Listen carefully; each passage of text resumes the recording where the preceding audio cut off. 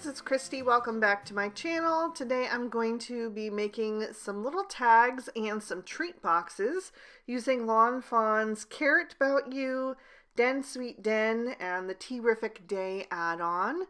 So I've stamped all the images I'll be using on some Spectrum Noir Ultra Smooth Premium White cardstock with Lawn Fawn Jet Black ink, and I'll be coloring with my Copic markers.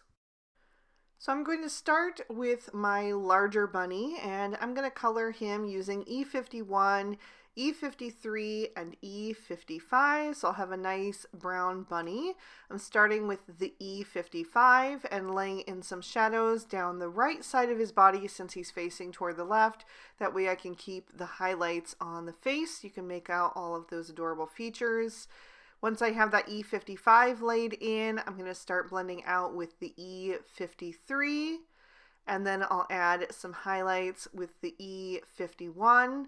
I did want to leave a little white space on the muzzle, so I will just go ahead and color right up to the place where I want to leave that. I will also add a little bit of that E51 on the belly and the feet and blend that out with the E50. So that it just has like a nice soft creamy shade.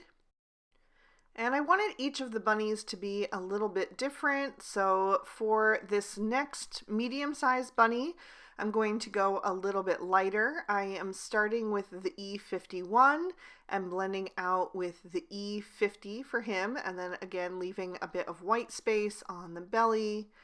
And then for the next little guy, I wanted to go a little bit darker, so I'm going to bring in E57, and I'll use that for my darkest shade. I've switched my shadows now to the left-hand side since these littler bunnies are facing toward the right. And then I'm just blending out with the E55, trying to make each one of them look unique with the different kind of markings and details on them.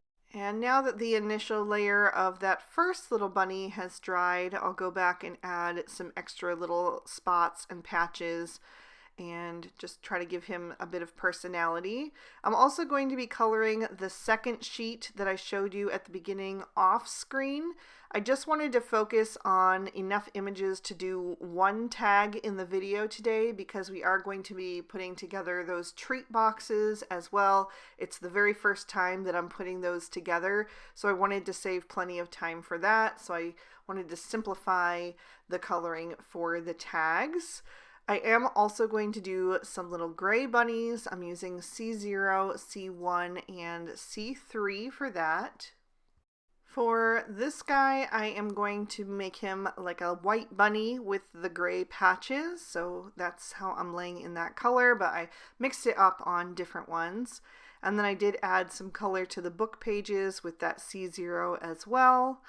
Now I'm going to go in and color in the bunny's ears and noses and give them some rosy cheeks using R11 and R20. So a little R20 first in the ear and on the cheek, and I'm filling in the nose with that as well, and then just blending out with the R11, making that a little bit softer and helping it fade into their fur. For the carrots, I'm going to go with some bright orange tones using YR04, YR07, and YR09. I'm putting the YR09 on the left because that's where all the little lines are drawn, or at least more of the lines are drawn on the left, and then blending toward the right hand side. For the carrot tops, I'm using YG11, YG13, and YG17. You probably don't need to squeeze 3 shades into that tiny little area, but I did it anyway. I did feel that the YG17 wasn't quite as dark as I wanted it to be, so I went back and added just a touch of that closest to the carrot. And then for the book, I am going to do the spine in blue using B21, B24, and B26. And then I'm going to give him his hat to match, and I did change this up on each of the tags. I used the same characters for each of the tags, but changed up the colors of the book and also the larger bunny's accessories. For this book front and back, I'm going to go with yellow. I'm using Y11, Y13, and Y15. And at first I was going to try to leave like a white oval in the center on the cover, but it ended up not really looking right, so I filled that in and just went back over the book with a second layer. So there's 3 different stories or tales that inspired this particular little scene here, and I will talk about that a little bit later on in the video, but for now I just want to finish up the coloring. I'm going to use red with R22, R24, and R29 to do the band on his hat and his bow tie to match. And then I'll grab a black Sakura Jelly Roll pen and go over the large bunny's eye. He's the only bunny that has his eye open. And I did that on the second sheet as well. And then I'm going to trim all of these images out with their matching dies. For the background of each tag, I've trimmed down some Bristol smooth surface cardstock with one of the stitched circle stackables. So I'm going to color those with some Distress Oxide ink. I'm going to go in with some tumbled glass first and just add that to the top edges. You're not going to see too much of this background, so I didn't worry too much about using a cloudy stencil or a grass stencil. I'm going to keep it very simple because you're only going to see a little bit of that color, like I said, so I just want to allude to some sky and some ground. So I'm doing the tumbled glass on all 3 of these circles first. Just adding that color and letting it fade toward the center because the center is going to be covered up by the images. And then I'm going to switch to some Twisted Citron, and I will add that to the bottom of each of these little circles. I'm going to add it darker on the edges and then just go across the center a little bit. And like I said, it's not perfect, but it doesn't really need to be for this particular case because most of it will be covered up. So I'm going to do the Twisted Citron on all 3 of these little circle tags, and then I'm going to darken that up a tiny bit with some Mowed Lawn. I'm only going to use a very little bit of that right around the outside edges to just help that green look a bit more vibrant and give it a bit of definition around the edges. And then I'll go back with the Twisted Citron blend-in tool and just smooth those 2 shades together. And then I can set those aside to dry. And in the meantime, I'm going to take some pattern paper from the Fruit Salad 6x6. I'm going to use the green gingham. So I pulled out a sheet. I was able to do all 3 tags with this one sheet with a little bit of paper left over. I'm going to use one of these scalloped circle stackables for that. And now I can start to assemble each of these tags. So as I mentioned, there are 3 different stories or tales that went into the idea for these little tags. This is for our current Lawn Fanatics challenge. For anyone who doesn't know, Lawn Fawn does have a challenge blog, and I'm on the design team, and every first and third Monday of every month we have a different theme that we come up with to inspire you guys to get creative with your Lawn Fawn stamps and dies. And this time it is inspired by a book, movie, or song.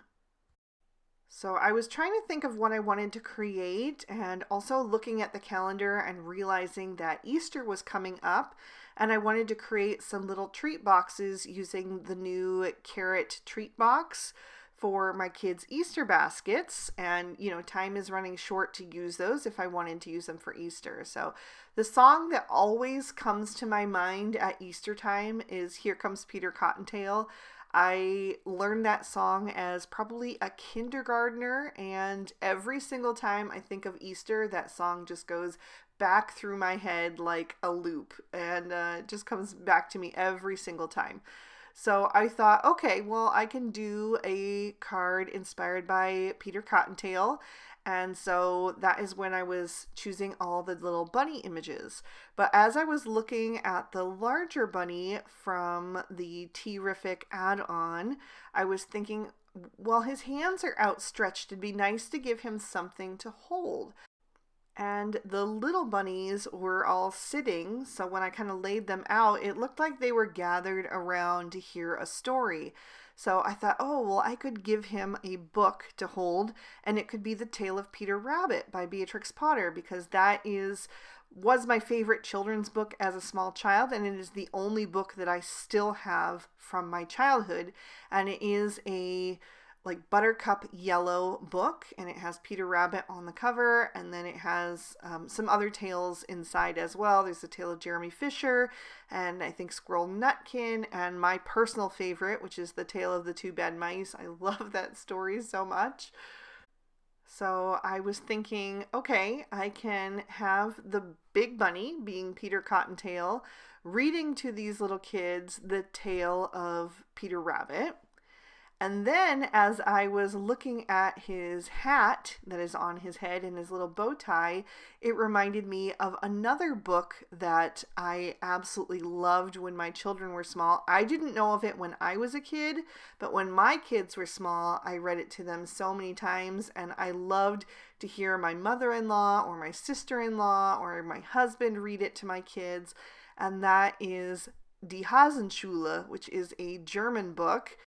It translates to The Bunny School. It was written in 1924 by Albert Sixtus and illustrated by Fritz Koch-Gotha. The illustrations are really lovely, and it is a story told in a beautiful rhyme that talks about little rabbits going to school to learn good manners. They learn how to paint Easter eggs, identify plants, and how to stay away from the dangerous fox. And in that book, the teacher is a male bunny, and he wears a bow tie. And at the end of the day, when he's dismissing them and telling them to hurry home, he puts his hat on, which is like kind of like a little bowler hat. So I just thought that this bunny totally reminded me of that.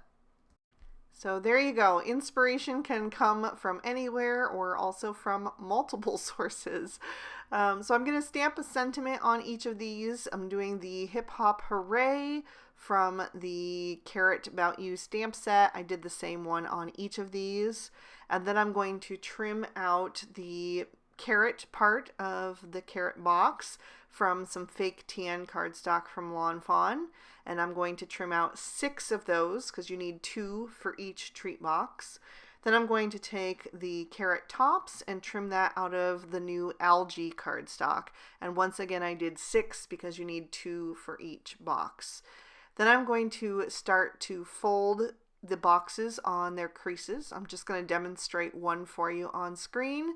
But I'm just folding that on the score lines that the die creates and then smoothing that into place with my Lawn Fawn Teflon bone folder so that it is nicely creased and my box will fold together really nicely. I always like to kind of get it started with my fingers and then finish with the bone folder so I get those nice crisp edges. Then I'm going to grab a pencil. You could use anything round like an embellishment wand or anything like that and just roll the tops away from myself.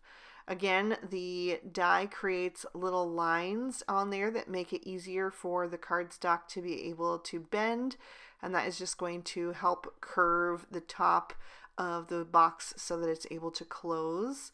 So once I've done that, I will line the 2 tabs with some 1/4 inch score tape. Any kind of really heavy duty adhesive would work. You probably don't want to use wet adhesive because you would have to wait for the box to dry and you'd have to probably hold it together the entire time. So in this case, a dry adhesive works best. So I'm going to peel off those release papers. I usually do struggle a bit to do this because my nails just aren't that great. But anyway, once I have that done, I will line up the seams together and then fold the box over and line up the seam so that the tab is tucked to the inside. And there we have the first box assembled. So I did the other 2 off screen.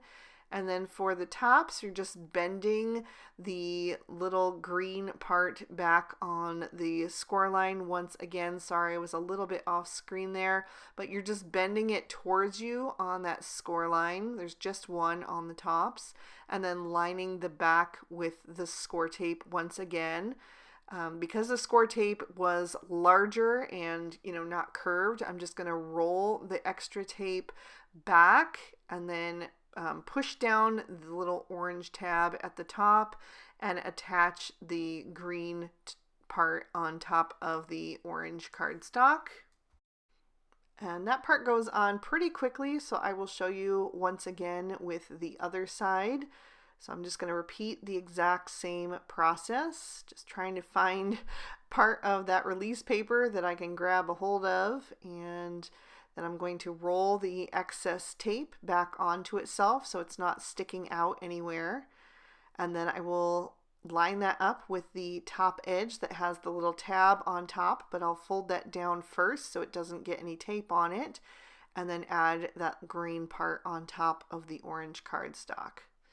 So now I have all 3 boxes assembled. I'm going to grab some jelly beans. I bought the Skittles jelly beans because my family doesn't like regular ones, and my oldest 2 boys, their favorite candy is Skittles. My youngest prefers Sour Patch Kids, which was always my favorite, but I'll make sure he gets some of those in his Easter basket as well. But I'm going to fill in the box. I'm going to take the little tabs and bend them together so that they tuck inside each other.